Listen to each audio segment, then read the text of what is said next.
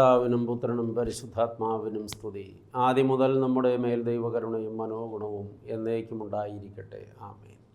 ദൈവത്തിൻ്റെ പരിശുദ്ധമായ തിരുനാമത്തിന് മഹത്വമുണ്ടാകട്ടെ. ക്രിസ്തുയേശുവിലെ ഏറ്റവും വാത്സല്യമുള്ള ദൈവമക്കളെ, ഒരു പ്രാവശ്യം കൂടെ നമ്മുടെ കർത്താവും രക്ഷിതാവുമായ മശിഹാ തമ്പുരാൻ്റെ പരിപാവനമായ പാദപീഠത്തിൽ ചേർന്ന് ഇരുന്ന് ദൈവത്തെ മഹത്വപ്പെടുത്തുവാനും ദൈവത്തിൻ്റെ തിരുവായിൽ നിന്ന് കേൾക്കുവാനും നമുക്ക് ഭാഗ്യവും അവസരവും ഒരുക്കി തന്ന നല്ലവനായ ദൈവത്തെ സ്തോത്രം ചെയ്യാം. ഈ ദിവസം പ്രത്യേകിച്ച് ഒരു പ്രാധാന്യമുള്ള ദിവസമാണെന്ന് നമുക്കറിയാം. ഇന്ന് വിശുദ്ധ ദൈവമാതാവിൻ്റെ വാങ്ങിപ്പ് പെരുന്നാളാണ്. ഭൗമലോകത്ത് നിന്ന് കർത്തൃസന്നിധിയിലേക്ക് പ്രിയപ്പെട്ട മാതാവ് വാങ്ങിപ്പോയ ഭാഗ്യകരമായ ദിവസം. മാതാവിൻ്റെ ജീവിത സുഹൃതങ്ങളെ ധ്യാനിക്കുവാൻ ഏറ്റവും യുക്തമായ ദിവസം. ഈ ദിവസം നമ്മളിങ്ങനെ മാതാവിൻ്റെ ജീവിതത്തിൽ നിന്ന് ഒരേട് അടർത്തിയെടുക്കണമെന്ന് വിചാരിക്കുകയാണ്. വിശുദ്ധ ദൈവമാതാവ് ലോകത്തുള്ള ഏതൊരാളെ അപേക്ഷിച്ചും വിശ്വാസ തീക്ഷ്ണതയിൽ വളരെ മുന്നിട്ട് നിന്ന ഒരു വ്യക്തിത്വമാണ്. ഇത്രത്തോളം തീക്ഷ്ണ വിശ്വാസമുണ്ടായിരുന്ന ഒരാളെ വേറൊരിടത്ത് കണ്ടെത്താൻ കഴിയുമെന്ന് എനിക്ക് തോന്നുന്നില്ല. ഒരു ബാലികയായിരിക്കുന്ന കാലത്താണ് ദൈവദൂതൻ പ്രത്യക്ഷപ്പെട്ട് ദൈവിക അരുളപ്പാട് വിശുദ്ധ മാതാവിന് കൈമാറുന്നത്. അന്ന് ഒരുപാട് പ്രായമോ പക്വതയോ വന്നിട്ടില്ല. പക്ഷേ ദൈവാലയത്തിൻ്റെ പശ്ചാത്തലത്തിൽ വളർത്തപ്പെട്ടവളെന്ന നിലയിലും കർത്താവിൻ്റെ പ്രമാണ പുസ്തകം വളരെ ആഴമായി പരിശോധിച്ച് പഠിച്ചതിൻ്റെ വെളിച്ചത്തിലും ഈ ദൈവീക ന്യായപ്രമാണത്തിൽ പറഞ്ഞിരിക്കുന്ന മശിഹായുടെ എഴുന്നള്ളത്തിന്, ഈ ഭൗമലോകത്തേക്കുള്ള ദൈവപുത്രൻ്റെ വരവിന് താൻ പാത്രമായി തിരഞ്ഞെടുക്കപ്പെട്ടിരിക്കുന്നു എന്ന ബോധം മാലാഖയുടെ ദൂതിലൂടെ ലഭിച്ചപ്പോൾ ആദ്യമൊന്ന് സന്ദേഹിച്ചുവെങ്കിലും അതെങ്ങനെ സംഭവിക്കുമെന്ന് തൻ്റെ പരിമിതമായ അറിവിനുള്ളിൽ നിന്നൊരു ചോദ്യം ചോദിച്ചുവെങ്കിലും ദൈവത്തിൻ്റെ ദൂതൻ എന്താണ് സംഭവിക്കാൻ പോകുന്നതെന്ന് കാര്യകാരണസഹിതം വെളിപ്പെടുത്തി കഴിഞ്ഞപ്പോൾ സമ്പൂർണമായും തന്നെ വിശ്വാസപൂർവം ദൈവത്തിന് സമർപ്പിച്ചവളാണ് വിശുദ്ധ മാതാവ്. മാതാവിൻ്റെ വിശ്വാസ തീക്ഷ്ണത എത്ര തീവ്രമാണെന്ന് നാം മനസ്സിലാക്കണമെങ്കിൽ, വിവാഹ നിശ്ചയം കഴിഞ്ഞിട്ടേ ഉള്ളൂ, വിവാഹം കഴിഞ്ഞിട്ടില്ല. ഈ കന്യക പുരുഷനറിയാതെ ഗർഭം ധരിക്കാൻ പോകുകയാണ്. അത് ലോകമറിഞ്ഞാൽ വരാവുന്ന ഭവിഷ്യത്തുകൾ വളരെ വലുതാണ്. തനിക്ക് വിവാഹ നിശ്ചയം ചെയ്ത പുരുഷൻ തന്നെ ന്യായാധിപ സഭയിൽ കൊണ്ടുപോയി നിർത്തി വിസ്തരിക്കാൻ സാധ്യതയുണ്ട്. താൻ ഗർഭിണിയാണെന്ന് തിരിച്ചറിഞ്ഞാൽ അതിൻ്റെ ഉത്തരവാദി ആരെന്ന ചോദ്യത്തിന് ഉത്തരമില്ലാത്ത നിലയിൽ താൻ നിൽക്കേണ്ടി വരും. ഉത്തരം പറയാതിരുന്നാൽ സ്വാഭാവികമായും തന്നെ കല്ലെറിഞ്ഞു കൊല്ലും. ഇപ്രകാരം ഭീകരമായ ഒരു പ്രതിസന്ധി മുന്നിലുണ്ടെന്നറിഞ്ഞിട്ടും ദൈവ പദ്ധതിക്ക് പൂർണ്ണമായും വിധേയപ്പെടുത്തി തികഞ്ഞ വിശ്വാസത്തോടെ നിന്നവളാണ് വിശുദ്ധ മാതാവ്. മാതാവിൻ്റെ വിശ്വാസ തീക്ഷ്ണതയിൽ ഒന്നാമത് നാം കണ്ടെത്തേണ്ട ചിന്ത, എന്തും മറികടക്കാനുള്ള ശക്തി ദൈവം തരും എന്നുള്ളതായ വിശ്വാസമാണ് മാതാവിൽ നിന്ന് നാം ഒന്നാമത് കണ്ടെത്തേണ്ടത്. ദൈവ പദ്ധതി പ്രകാരം ജീവിതം ക്രമീകരിക്കുന്ന ഒരു വ്യക്തിയുടെ ജീവിതത്തിലെ ഏത് പ്രതിസന്ധികളെയും മറികടക്കാനുള്ള പോക്കുവഴികൾ ദൈവമുണ്ടാക്കിത്തരുമെന്നുള്ള വിശ്വാസം. ഇത് ദൈവത്തിൽ സമ്പൂർണമായും സമർപ്പിച്ച് വിശ്വസിക്കുമ്പോൾ മാത്രം സാധ്യമാകുന്ന സംഗതിയാണ്. നമ്മിൽ പലരുടെയും ദൈവവിശ്വാസം സമർപ്പണത്തിൽ നിന്ന് ഉടലെടുത്തിട്ടുള്ളതല്ല. കാര്യസാധ്യങ്ങൾക്ക് വേണ്ടി ദൈവത്തെ ദൈവമേ ദൈവമേ കർത്താവേ കർത്താവേ എന്ന് വിളിക്കുന്നിടം വരെയേ എത്തുന്നുള്ളൂ നമ്മളിൽ ഭൂരിപക്ഷം പേരുടെയും വിശ്വാസം. പക്ഷെ മാതാവിൻ്റെ വിശ്വാസം ദൈവ പദ്ധതിക്ക് തന്നെ സമ്പൂർണമായും സമർപ്പിക്കുന്ന വിശ്വാസമായിരുന്നു. അപ്രകാരം ഒരു വിശ്വാസ തീക്ഷ്ണത ഒരാൾ കൈവരിച്ച് കഴിഞ്ഞാൽ ആ ആളെ സംബന്ധിച്ച് പിന്നെ ഒരു ഉറപ്പ് ജീവിതത്തിൽ കിട്ടുകയാണ്. ഞാനിപ്പോൾ സഞ്ചരിക്കുന്നത് ദൈവ പദ്ധതിക്കുള്ളിലാണ്. അതുകൊണ്ട് എൻ്റെ ജീവിതത്തിൽ സംഭവിക്കുന്ന ഏത് സാഹചര്യങ്ങളെയും, ഏത് തിക്താനുഭവങ്ങളെയും, ഏത് തീച്ചൂളയുടെ അനുഭവങ്ങളെയും മറികടക്കാനുള്ള ശക്തി എൻ്റെ ദൈവം തരുമെന്നുള്ള തീക്ഷ്ണമായ വിശ്വാസം. അത് ദൈവത്തിലുള്ള അടിയുറച്ച വിശ്വാസമാണ്. ക്രൈസ്തവർ എന്ന് പേർപ്പെട്ട നമ്മിൽ അനേകം പേർക്ക് ഈ നാളുകളിൽ ഇത്തരമൊരു വിശ്വാസബോധ്യം കിട്ടിയിട്ടില്ല.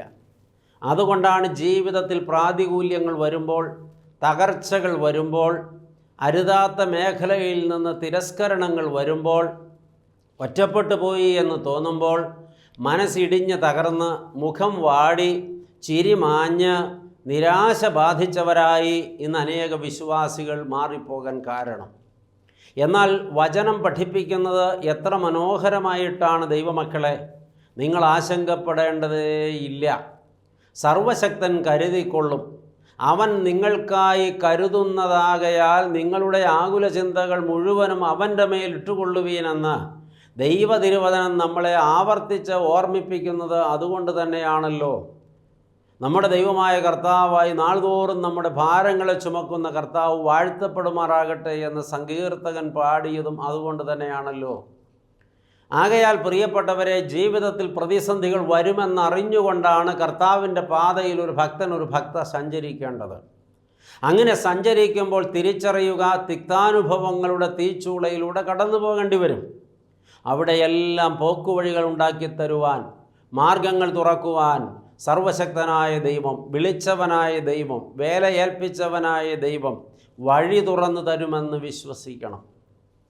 അന്ധമായി തന്നെ വിശ്വസിക്കണം, ആഴമായി വിശ്വസിക്കണം.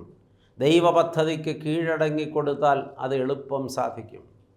ഇന്ന് നമ്മിൽ അനേകരും ഇപ്രകാരമൊരു ആഴമേറിയ വിശ്വാസം കണ്ടെത്തിയിട്ടില്ലല്ലോ. അതുകൊണ്ടാണല്ലോ നാം പരാതിക്കാരായി മാറുന്നത്. അതുകൊണ്ടാണല്ലോ നാം നിരന്തരം അസ്വസ്ഥത പ്രകടിപ്പിക്കുന്നത്. അതുകൊണ്ടാണല്ലോ നമ്മുടെ വിശ്വാസത്തിൽ പലപ്പോഴും സഹിഷ്ണുതയില്ലാതെ വരുന്നത്.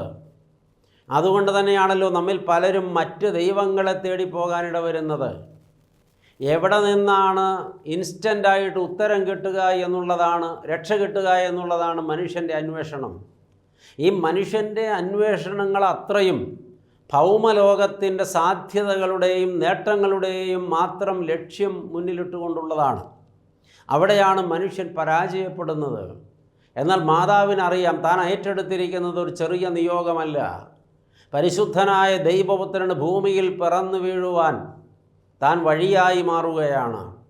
മാത്രമല്ല, അവനെ കൈകളിലെടുത്ത് താലോലിക്കുവാൻ, അവനെ മാറിൽ നിന്ന് പാലൂറ്റിക്കൊടുത്ത് അവനെ ഊട്ടി ഉറക്കി വളർത്തുവാൻ, തൻ്റെ കൈകൾ കൊണ്ട് അവൻ്റെ സംരക്ഷണം ഉറപ്പുവരുത്തുവാൻ, അവൻ്റെ ഉൾനയനങ്ങൾ തുറക്കത്തക്കവണ്ണം വിശുദ്ധ പ്രബോധനങ്ങൾ അവനുമായി പങ്കിടുവാൻ, അവനെ ജീവിതത്തിൻ്റെ നല്ല ശീലങ്ങൾ പഠിപ്പിക്കുവാൻ ദൈവം തന്നെ തിരഞ്ഞെടുത്തിരിക്കുകയാണ്.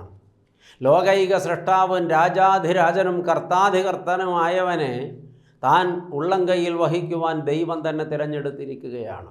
പക്ഷേ തൻ്റെ മുമ്പിൽ ഇനി നേരിടാനിരിക്കുന്നത് വർണ്ണനാതീതമായ പീഡന പരമ്പരകളാണ്. ഒരുപാട് തിരസ്കരണങ്ങൾ നേരിടേണ്ടി വന്നേക്കാം. തനിക്ക് വിവാഹം നിശ്ചയിച്ച പുരുഷൻ തന്നെ നിഷേധിച്ചേക്കാം. വേശ്യാസ്ത്രീ എന്ന് മുദ്ര കുത്തിയേക്കാം. ന്യായവിസ്താര സഭയിൽ കൊണ്ടുപോയി നിർത്തി വലിയ വിസ്താരം നടത്തിയേക്കാം. താൻ ഒരുപാട് ആക്ഷേപശരങ്ങൾ നേരിടേണ്ടി വന്നേക്കാം. ഒരുപാട് നിന്ന പരിഹാസങ്ങൾ സഹിക്കേണ്ടി വന്നേക്കാം. ഒരുപക്ഷെ കല്ലേറ് കൊള്ളേണ്ടി വന്നേക്കാം. ശോധനാസ്ഥലത്ത് പലവട്ടം കടന്നു പോകേണ്ടി വന്നേക്കാം. ഏതെല്ലാം തലങ്ങളിൽ ചിന്തിച്ചാലും സമാധാനത്തിനിടമില്ലാത്ത ഒരു ജീവിതമാണ് ഇനി മുന്നിൽ വരാനുള്ളത്. അപ്പോൾ വളരെ ശാന്തമായിരുന്നു മാതാവ് പറഞ്ഞത്, എന്തു വന്നാലും എന്നെ കരുതുന്ന ഒരു കർത്താവുണ്ട്. മുന്നോട്ടുള്ള ജീവചരിത്രം പരിശോധിച്ചാൽ നമുക്കൊന്ന് മനസ്സിലാകും. എന്തുമാത്രം വലിയ പീഡന പരമ്പരകളിലൂടെയാണ് മാതാവ് കടന്നു പോകുന്നത്. ഈ പറഞ്ഞ അഗ്നിശോധനയ്ക്കൊക്കെ മാതാവ് ഒരളവ് വരെ വിധേയപ്പെടുത്തപ്പെട്ടിട്ടുണ്ടെന്ന് മാതാവിൻ്റെ ചരിത്രം രേഖപ്പെടുത്തിയതിൽ പ്രത്യേകം പരാമർശിച്ചിട്ടുണ്ട്. എന്നാൽ യോസേപ്പ് പിതാവിന് ദൈവം ദർശനം കൊടുത്തിട്ട് പറയുന്നുണ്ട്, നീ ആ സ്ത്രീയെ കൂടെ ചേർത്ത് കൊള്ളുക. അവൾ ഗർഭിണിയാണെന്നത് സത്യമാണ്. അതിന് ഉത്തരവാദി നീയല്ലെന്നുള്ളതും സത്യമാണ്. അത് ദൈവാത്മാവിനാൽ സംഭവിച്ചതാണ്. അവളുടെ ഉദരത്തിലുള്ളത് ദൈവത്തിൻ്റെ പ്രജയാണ്. അവൻ മാനവകുലത്തെ തങ്ങളുടെ പാപങ്ങളിൽ നിന്ന് രക്ഷിപ്പാനിരിക്കുന്ന രക്ഷകനാണ്. അവനെ യേശു എന്ന് പേർ വിളിപ്പാൻ കരുതിക്കൊള്ളണം എന്നിങ്ങനെ ദൈവത്തിൻ്റെ ദൂതൻ യോസേപ്പ് പിതാവിന് ദർശനം കൊടുത്ത് ഈ കാര്യങ്ങളൊക്കെ പറയുമ്പോൾ, പ്രിയപ്പെട്ടവരെ, ദൈവത്തിൻ്റെ ഇടപെടൽ അവിടെ ഉണ്ടായിരുന്നല്ലോ. മാതാവിൻ്റെ ജീവിതത്തിൽ ഏറ്റവും കൂടുതൽ മുറിവുകൾ ലഭിക്കാമായിരുന്ന മേഖലയാണ് യോസേപ്പ് പിതാവുമായിട്ടുള്ള ബന്ധത്തിലുള്ള മേഖല. എന്നാൽ ദൈവം ഇടപെട്ട് മാതാവ് വിശ്വസിച്ചതുപോലെ സാഹചര്യങ്ങളെ അനുകൂലപ്പെടുത്തി കൊടുക്കുകയാണ്. പ്രിയപ്പെട്ട ദൈവമക്കളെ, നമ്മുടെ വിശ്വാസം എവിടെ നിൽക്കുന്നു? നമ്മളൊക്കെ ജീവിതത്തിൽ ചില വിശ്വാസ തീക്ഷ്ണതകൾ കണ്ടെത്തേണ്ട കാലമാണിത്. പ്രാതികൂല്യങ്ങളുടെ പരമ്പര നമ്മുടെ ജീവിതത്തിൽ വന്ന് നിറയുമ്പോൾ പതറിപ്പോവുകയല്ല വേണ്ടത്. എനിക്കൊരു ദൈവമുണ്ട്, എന്നെ അറിയുന്നൊരു ദൈവം, എന്നെ കരുതുന്ന ഒരു ദൈവം, എൻ്റെ കഷ്ടതകളിൽ കൂടെ ഇരിക്കുന്ന ഒരു ദൈവം, ഞാൻ വിശ്വസിക്കുന്ന ദൈവം, ഞാൻ അവൻ വരച്ചിട്ട വഴികളിലൂടെയാണ് നടക്കുന്നതെങ്കിൽ എൻ്റെ മാർഗത്തിൽ വരാവുന്ന സകല തടസ്സങ്ങളും നീക്കുവാൻ മനസ്സുള്ളൊരു ദൈവം, എനിക്ക് വേണ്ടി പുതിയ വഴികൾ വെട്ടിത്തുറക്കുവാൻ കരുത്തുള്ള ഒരു ദൈവം, അങ്ങനൊരു ദൈവം എനിക്കുണ്ട് എന്ന ഉള്ളത്തിൽ ഉറപ്പുള്ളവരായിരിക്കണം ദൈവമക്കൾ. പിന്നെ ഒന്നിനെക്കുറിച്ചും ആശങ്കപ്പെടുവാൻ കാര്യമില്ല. മാതാവിൻ്റെ കാഴ്ചപ്പാട് നമ്മുടെ ജീവിതത്തിലേക്ക് ഈ ദിവസം പകർന്നെടുക്കണം. മാതാവേ, അവിടുന്ന് വിശ്വസിച്ചതുപോലെ വിശ്വസിക്കുവാൻ ഞങ്ങൾക്ക് കൃപ ലഭിക്കേണ്ടതിന് പ്രാർത്ഥിക്കണമേ എന്ന് മാതാവിൻ്റെ സന്നിധിയിൽ മധ്യസ്ഥം വഹിക്കുവാനും നമുക്ക് കഴിയണം. പ്രിയ ദൈവമക്കളെ, ഈ ആഴമേറിയ വിശ്വാസം നാം കണ്ടെത്തേണ്ടിയിരിക്കുന്നു. എൻ്റെ ദൈവം മതിയായവനാണ്, അവൻ എനിക്ക് എന്തിനും മതിയായവനാണ്, അവൻ സർവശക്തനാണ്, അവൻ എൻ്റെ കാര്യത്തിൽ തീരുമാനമുണ്ടാക്കും, തീർപ്പുണ്ടാക്കും. ഞാൻ കലങ്ങിപ്പോകേണ്ടതില്ല, കുലുങ്ങിപ്പോകേണ്ടതില്ല. എൻ്റെ ദൈവം എന്നെ കാത്തുകൊള്ളുമെന്നുള്ള ഉറപ്പ് ദൈവമക്കൾക്കുണ്ടാകണം.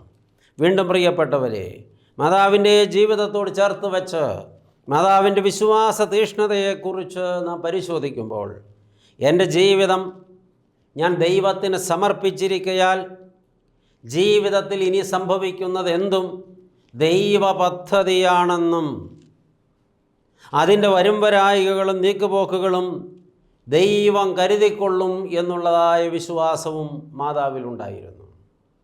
എന്നുവെച്ചാൽ ദൈവത്തിന് സമ്പൂർണമായും സമർപ്പിക്കപ്പെട്ട് കഴിഞ്ഞാൽ പിന്നെ ആ സമർപ്പിക്കപ്പെട്ട വ്യക്തിക്ക് തൻ്റെ വ്യക്തി ജീവിതത്തിൽ യാതൊരു താല്പര്യങ്ങൾക്കും മുൻതൂക്കം കൊടുക്കാനാകില്ല. തൻ്റെ വ്യക്തി താല്പര്യങ്ങൾ ദൈവ താല്പര്യങ്ങളുമായി ചേർന്ന് പോകില്ല എങ്കിൽ തൻ്റെ വ്യക്തി താല്പര്യങ്ങൾക്ക് വേണ്ടി ക്ലെയിം ചെയ്യാനൊക്കില്ല. ഞാൻ പൂർണ്ണമായും ദൈവത്തിൻ്റെ വകയാണ്. ലൂക്കോസ് 1:38, ഇതാ ഞാൻ കർത്താവിൻ്റെ ദാസി, തിരുഹിതം പോലെ എനിക്ക് ഭവിക്കട്ടെ. വിശ്വാസത്തിൻ്റെ സമർപ്പണമാണ്. സമർപ്പണമെടുത്തപ്പോൾ മാതാവ് പറഞ്ഞത് എന്താണ്? തമ്പുരാനെ, ഞാൻ അവിടുത്തെ ദാസിയാണ്. ഇനി എൻ്റെ ജീവിതം എനിക്ക് അവകാശപ്പെട്ടതല്ല, തമ്പുരാൻ അവകാശപ്പെട്ടതാണ്. ഇനി എൻ്റെ ജീവിതത്തിൽ തീരുമാനങ്ങൾ എടുക്കേണ്ടത് ഞാനല്ല, തമ്പുരാനാണ്. എൻ്റെ ജീവിതത്തെക്കുറിച്ച് തമ്പുരാൻ എടുക്കുന്ന ഏത് തീരുമാനങ്ങളും ഞാനതിന് വിധേയപ്പെട്ടിരിക്കും, ഞാനതിന് ബാധ്യതപ്പെട്ടിരിക്കും. ഒരു കാരണവശാലും ഞാനതിനെ നിഷേധിക്കില്ല. ഇനി മുൻപോട്ട് ഞാൻ നേരിടേണ്ടി വരുന്ന സംഗതികൾ വളരെ ഭയാനകമായിരിക്കാം. പക്ഷേ കർത്താവേ, ഞാനത് മനസ്സോടെ ഏറ്റെടുക്കും. കാരണം ഞാൻ സമർപ്പിക്കപ്പെട്ടവളാണ്. ഇനി ഞാൻ പൂർണ്ണമായും ദൈവത്തിൻ്റെ വകയാണ്. ഇപ്രകാരമുള്ള ഒരു തീരുമാനത്തോടു കൂടി ഒരു വ്യക്തി എടുക്കുന്ന സമർപ്പണമാണ് പ്രിയപ്പെട്ടവരെ യഥാർത്ഥ സമർപ്പണം. അങ്ങനെയൊരു തീരുമാനത്തോടു കൂടി അല്ല സമർപ്പണമെടുക്കുന്നതെങ്കിൽ അങ്ങനെയുള്ള ആളുകൾ വലിയ പരാതിക്കാരായിരിക്കും ആ ജീവിതകാലം മുഴുവനും. കർത്താവിന് വേണ്ടി ചില സമർപ്പണങ്ങളൊക്കെ എടുത്തിട്ട് പിന്നത്തേതിൽ വലിയ പരാതിയും വലിയ അസ്വസ്ഥതകളും പ്രകടിപ്പിച്ച പലരെയും കണ്ടുമുട്ടാനിട വന്നിട്ടുണ്ട്. ഞാൻ എൻ്റെ കർത്താവിന് വേണ്ടി സമർപ്പണമെടുത്തു എന്ന് വലിയ ധൈര്യത്തോടെ പറഞ്ഞ പലരും പിന്നത്തേതിൽ സ്നേഹിക്കാൻ ആരുമില്ല, കരുതാൻ ആരുമില്ല, രുചിയുള്ള ആഹാരങ്ങളൊന്നും കിട്ടുന്നില്ല, ആവശ്യത്തിനുള്ളതായ വസ്ത്രങ്ങൾ കിട്ടുന്നില്ല, ശ്രദ്ധ കിട്ടുന്നില്ല, ആകർഷകത്വമില്ല എന്നൊക്കെ പരാതിപ്പെടുന്ന ഒരു സാഹചര്യം നിലവിലുണ്ട്. ഈ ലോക ജീവിതവും അതിൻ്റെ ഇമ്പങ്ങളും അതിൻ്റെ സുഖങ്ങളും അതിൻ്റെ ആഡംബരങ്ങളും ഉപേക്ഷിച്ച് ഞാൻ കർത്താവിൻ്റെ സ്വത്താണ്, കർത്താവിൻ്റെ വകയാണ്, എൻ്റെ ജീവിതത്തിൽ വേറെ പ്രമോദങ്ങളില്ല, എൻ്റെ പ്രമോദങ്ങൾ മുഴുവനും കർത്താവിലാകുന്നു എന്ന് പറഞ്ഞ് പൂർണ്ണ സമർപ്പണമെടുത്ത ചില ആളുകൾ പിന്നത്തേതിൽ അവരെ തന്നെ പ്രദർശിപ്പിക്കുന്നവരായി, സോഷ്യൽ മീഡിയകൾ പരമാവധി ഉപയോഗിക്കുന്നവരായി, സ്വന്തം ഫോട്ടോകൾ മേക്കപ്പ് ചെയ്തെടുത്തിട്ട് വിവിധ പോസിൽ അത് പലപ്പോഴായി ഒരു ദിവസം തന്നെ പലവട്ടം മീഡിയകളിൽ പോസ്റ്റ് ചെയ്യുന്നവരായി, എന്നിട്ട് അതിൻ്റെ ലൈക്കും ഷെയറും നോക്കിയിരിക്കുന്നവരായി, അതിലൂടെ പലരുമായി ബന്ധം സ്ഥാപിക്കുന്നവരായി, ഒരുപാട് സുഹൃത്ത് വലയങ്ങളെ സൃഷ്ടിച്ചെടുക്കുന്നവരായി, രാവും പകലും അതിൽ പ്രമോദിക്കുന്നവരായി, പ്രാർത്ഥന പോലും മറന്നു പോകുന്നവരായി, ഒന്നിനും നേരമില്ലെന്ന് വെറുതെ തിരക്ക് അഭിനയിക്കുന്നവരായി, എന്നിട്ട് സോഷ്യൽ മീഡിയകളിലോ മറ്റു പല മീഡിയകളിലോ മനസ്സുറപ്പിച്ച് ഈ ലോകത്തിൻ്റെ ആസ്വാദനങ്ങളിൽ മുഴുകുന്നവരായി, കടമ കഴിക്കാൻ വേണ്ടി മാത്രം പ്രാർത്ഥിക്കുന്നവരായി, ഉത്തരവാദിത്വം ആരെങ്കിലും ചൂണ്ടിക്കാണിച്ചാൽ ക്ഷിപ്രകോപികളായി അവരോട് പൊട്ടിത്തെറിക്കുന്നവരായി, ഇങ്ങനെ സമർപ്പണത്തിന് യാതൊരു വിലയും കൽപ്പിക്കാതെ പച്ചമലയാളത്തിൽ പറഞ്ഞാൽ താന്തോന്നികളായി, തന്നിഷ്ടക്കാരായി ജീവിക്കുന്ന സമർപ്പിതരായ ആളുകളുണ്ടല്ലോ നമ്മുടെ കൂട്ടത്തിൽ. എവിടെ ചെന്ന് നിൽക്കുന്നു പ്രിയപ്പെട്ടവരെ സമർപ്പണത്തിൻ്റെ ആഴം? മാതാവ് സമർപ്പിച്ചപ്പോൾ ദൈവത്തോട് പറഞ്ഞത്, ഇനി എൻ്റെ ജീവിതത്തിലെ ഏത് തീരുമാനവും അവിടെ നിന്നാണ് എടുക്കുക. ഞാൻ എൻ്റെ തീരുമാനങ്ങളൊന്നും പിന്നെ അവിടുത്തെ തീരുമാനത്തിന് മുന്നിൽ വിലങ്ങായിട്ട് വയ്ക്കില്ല. അവിടുത്തെ തീരുമാനങ്ങൾക്ക് വിധേയപ്പെട്ടുകൊള്ളാം. ഇപ്രകാരം ഒരു വിധേയപ്പെടാനുള്ള സമർപ്പണമാണ് ഈ തീക്ഷ്ണ വിശ്വാസത്തിൻ്റെ മറ്റൊരു ഭാഗം. അമ്മയുടെ ജീവിതത്തിൽ സംഭവിച്ചത് ഒരു സ്ത്രീയുടെ ജീവിതത്തിലും സംഭവിക്കാൻ താല്പര്യപ്പെടാത്ത കാര്യങ്ങളാണ്. വിവാഹബന്ധത്തിൽ ഏർപ്പെടും മുമ്പ് ഗർഭം ധരിക്കേണ്ടി വരിക, ഗർഭവാർത്ത അറിഞ്ഞ ഭർത്താവ് പരവേശിതനാകുമ്പോൾ ദൈവം ഇടപെട്ടതുകൊണ്ട് മാത്രം ഉപേക്ഷിക്കപ്പെടാതിരിക്കുക, പിന്നെ പൂർണ്ണ ഗർഭിണിയായിരിക്കുന്ന സമയത്ത് വളരെ ദൂരം സഞ്ചരിച്ച് ബെത്ലഹേമിൽ വരെ പേർവഴി ചാർത്താൻ പോകേണ്ടി വരിക, അവിടെ ഒരു വഴിയമ്പലത്തിൽ പോലും ഇടം കിട്ടാതെ വന്നിട്ട് പെരുവഴിയോരത്ത് തൻ്റെ മകന് ജന്മം കൊടുക്കേണ്ടി വരിക, രാജാതിരാജനും കർത്താവുമായവന് പിറവിയെടുത്തപ്പോൾ കിടക്കാൻ ഇടമില്ലാത്തത് കൊണ്ട് കീറത്തുണിയിൽ പൊതിഞ്ഞ് പശുത്തൊട്ടിയിൽ കിടത്തേണ്ടി വരിക, സ്വർഗദൂതന്മാർ ഇറങ്ങി വന്ന് ഹോസന്ന പാടുകയും കിഴക്ക് നിന്ന് വിദ്വാൻമാർ എഴുന്നള്ളി വന്ന് കാഴ്ചകൾ അർപ്പിക്കുകയും ചെയ്ത രാജാധിരാജൻ വളർന്നു വരാൻ അവസരം കിട്ടും മുമ്പ് മിസ്രയീമിലേക്ക് പലായനം ചെയ്യേണ്ടി വരിക, ഇല്ലാത്ത വഴികളിലൂടെ കല്ലും മുള്ളും വകഞ്ഞു മാറ്റി കാൽപാദം മുറിഞ്ഞ് പൊട്ടി ശരീരത്തിൽ മുഴുവൻ മുള്ളുകൾ, കൂർത്തുമൂർത്ത മുള്ളുകൾ കയറി മുറിവേറ്റ് ജീർണിച്ച വസ്ത്രവുമായി പട്ടിണിയും ദുരിതവുമായി ദീർഘനാളുകൾ മിസ്രയീമിലേക്ക് കാനനമധ്യത്തിലൂടെ പടയാളികളെ ഭയപ്പെട്ട് ഓടേണ്ടി വന്നപ്പോൾ അനുഭവിക്കേണ്ടി വന്ന വ്യഥ, അവിടെ ചെന്ന് ഒളിവിൽ താമസിക്കേണ്ടി വന്നപ്പോൾ വേദനപ്പെടേണ്ടി വന്ന അവസ്ഥ, ഹെരോദാവ് മരിച്ചു എന്നറിഞ്ഞ് മടങ്ങി വരാൻ ഉദ്യമിച്ചപ്പോൾ അവൻ്റെ മകൻ അർക്കിലേവോസ് നാടുവാഴുന്നു എന്നറിഞ്ഞ് വഴിമാറി നസ്രത്തിലേക്ക് പോകേണ്ടി വന്ന അവസ്ഥ, ഒടുവിൽ ഈ രാജാതിരാജനായ തൻ്റെ പൊന്നു മകനെ ഒരാശാരിയായി വളർത്തേണ്ടി വരുന്ന അവസ്ഥ, ആശാരിപ്പുരയിൽ അപ്പനെ സഹായിക്കുന്ന, അടുക്കളയിൽ അമ്മയെ സഹായിക്കുന്ന കേവലമൊരു നാട്ട് പൈതലായി അവനെ വളർത്തേണ്ടി വരുന്ന അവസ്ഥ, 30ാമത്തെ വയസ്സ് അവന് പൂർത്തിയാകുമ്പോൾ അവൻ അമ്മയെ വിട്ട് തൻ്റെ നിയോഗം നിവർത്തിപ്പാൻ യോർദാൻ്റെ കടവിൽ നിന്ന് സ്നാനമേറ്റ് പരിശുദ്ധാത്മാവിൽ നിറഞ്ഞ അഭിഷിക്തൻ്റെ ശുശ്രൂഷ ചെയ്യുവാൻ ഇറങ്ങിത്തിരിച്ച നാളുകൾ. പ്രിയപ്പെട്ടവരെ, പിന്നീട് ഒടുവിൽ തൻ്റെ മകനെ കാൽവരി ക്രൂശിൽ അതികഠിനമായി പീഡിപ്പിച്ച് മൃഗീയമായി വധിച്ച് അവനെ കടലാസ് കഷ്ണം പോലെ കീറി കുരിശിൽ തൂക്കിയത് കാണേണ്ടി വന്ന രംഗം. തീച്ചൂളയിലൂടെ കടന്നു പോവുകയാണമ്മ.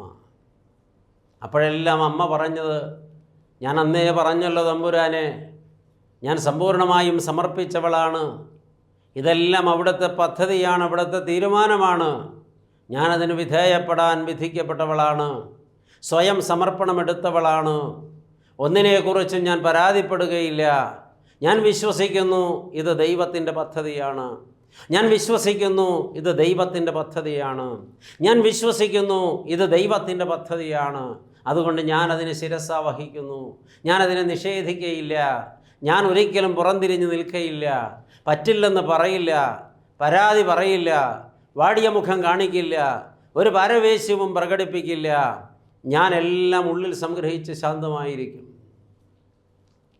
മാതാവിൽ നിന്ന് പഠിക്കണം പ്രിയപ്പെട്ടവരെ. അതുകൊണ്ടാണ് സങ്കീർണമായ ജീവിത സാഹചര്യങ്ങളെ സമചിത്തതയോടെ നേരിടുവാൻ വിശുദ്ധ ദൈവമാതാവിന് കഴിഞ്ഞത്.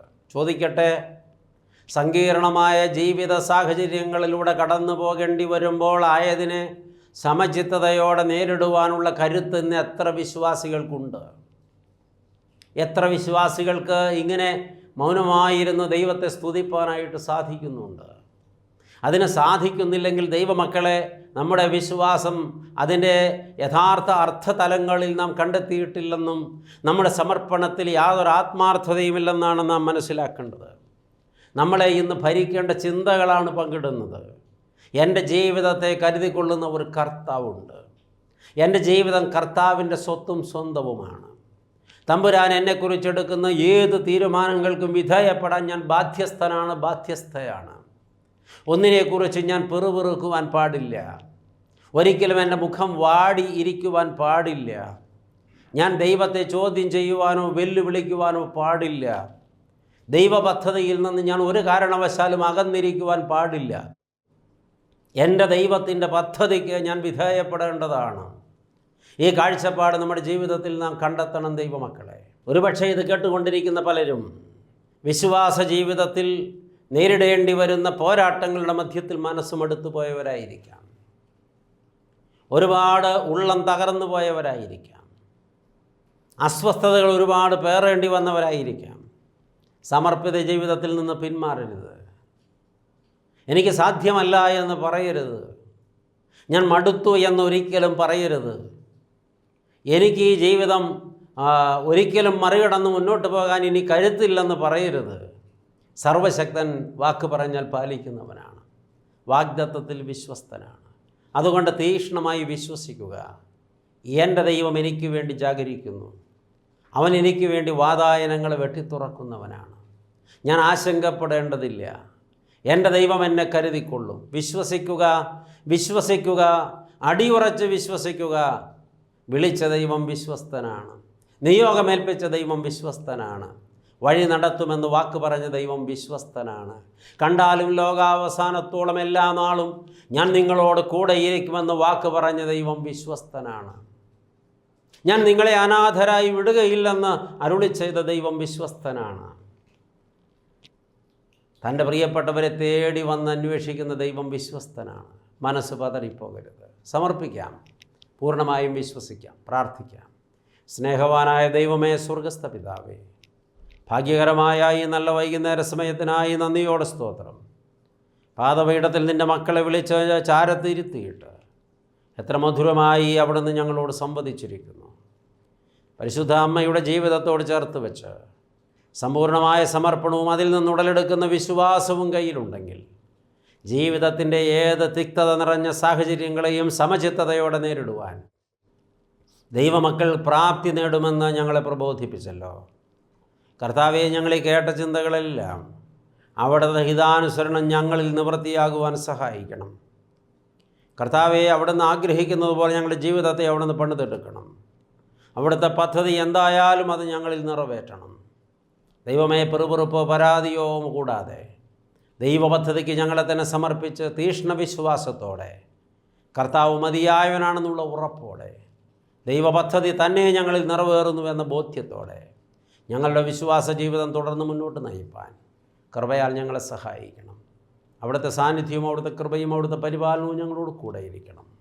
നല്ല ദൈവമേ, പ്രാർത്ഥന കേട്ടതുകൊണ്ട് സ്തോത്രം. ഞങ്ങൾ നിനക്കും ഏകജാതനും പരിശുദ്ധാത്മാവിനും സ്തുതിയും സ്തോത്രവും സമർപ്പിക്കുന്നു, ഇപ്പോഴും എപ്പോഴും എന്നേക്കും തന്നെ. ആമേൻ.